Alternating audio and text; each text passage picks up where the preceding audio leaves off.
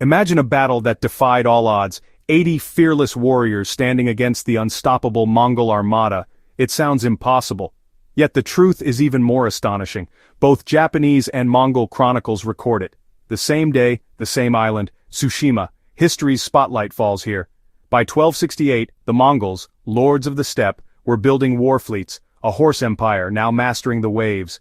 They harnessed Korean ships, sailors, and cutting-edge technology, melding power from across Asia. 15,000 Mongol and Chinese troops, up to 8,000 Korean soldiers, and 7,000 sailors, an invasion force like no other.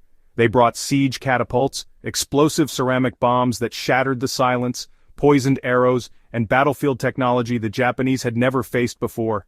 300 massive ships and hundreds more small boats surged forward, a floating city of war.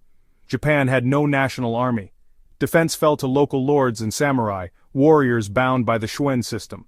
Hojo Tokimune commanded Kyushu to be fortified, miles of stone walls rising at Hakata Bay. For Japan, it was an unprecedented act of defense, desperation forged into stone. But the Mongols struck first at a tiny vulnerable outpost, Tsushima. On Tsushima, Sukauni commanded just 80 mounted samurai and 300 islanders, fishermen, farmers, and hope. The island's narrow coasts and steep ridges offered no retreat, no escape for defenders or invaders. Sukauni built a clifftop watch, a chain of torches ready to ignite the alarm across the sea to Kyushu. A single signal fire could outpace any horse, warning of invasion in a flash.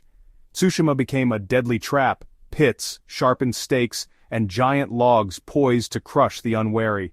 November 4, 1274, a lone ship appeared. Then, suddenly, a forest of masts and banners filled the horizon. Korean war drums thundered, shaking the cliffs and hearts alike. The Crescent Fleet formed, Korean ships on the flanks, Mongol troop carriers at the center, gunpowder ships lurking below. Black ceramic bombs exploded into fire and shrapnel, new, terrifying weapons that stunned defenders. The first assault advanced in tight, shielded ranks, 700 strong, relentless, and disciplined. One arrow soared from the cliff, Sukauni's signal, and chaos erupted as the ambush swept down the slopes. The samurai struck in swift, deadly bursts, vanishing and reappearing, masters of mountain warfare. In the tight passes, Mongol cavalry had no room, horses were useless and formations jammed, pits broke legs, stakes felled riders. Each hill became a new ambush. Huge logs rolled like battering rams, smashing shield walls. Their famed archers were blinded by trees and rocks. By late afternoon, the samurai's quivers were half empty. Shields cracked, arms bled.